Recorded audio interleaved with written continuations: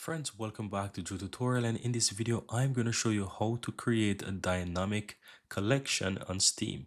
Go ahead and hover over your library on the upper left hand side and click on collections, and here you'll find your collections. Now you want to create a new collection by click on create a new collection.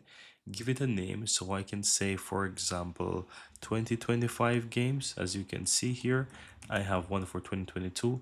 Once you type in the name of the game, simply click on create dynamic collection. Just click on that and you will see that you have a dynamic collection. So it shows you it is actually a lot different from the basic one. So as you can see, the 2022 collection looks like that, and this is the 2025 collection.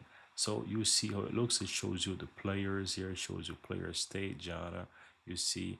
And what the dynamic connection does, it actually allows you to filter stuff as your collection grows, so you can see basics different stuff here as your collection grows. So let's say I wanted to add, for example, Call of Duty in the dynamic collection. I can drag it into this dynamic collection and you will see that it adds there.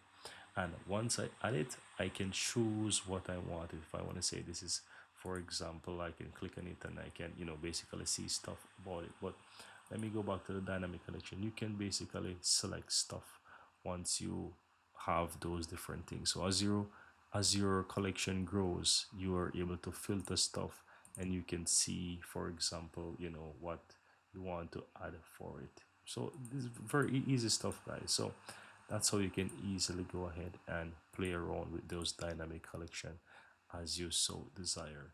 And that's it. Very easy and very simple how to create dynamic collection in Steam.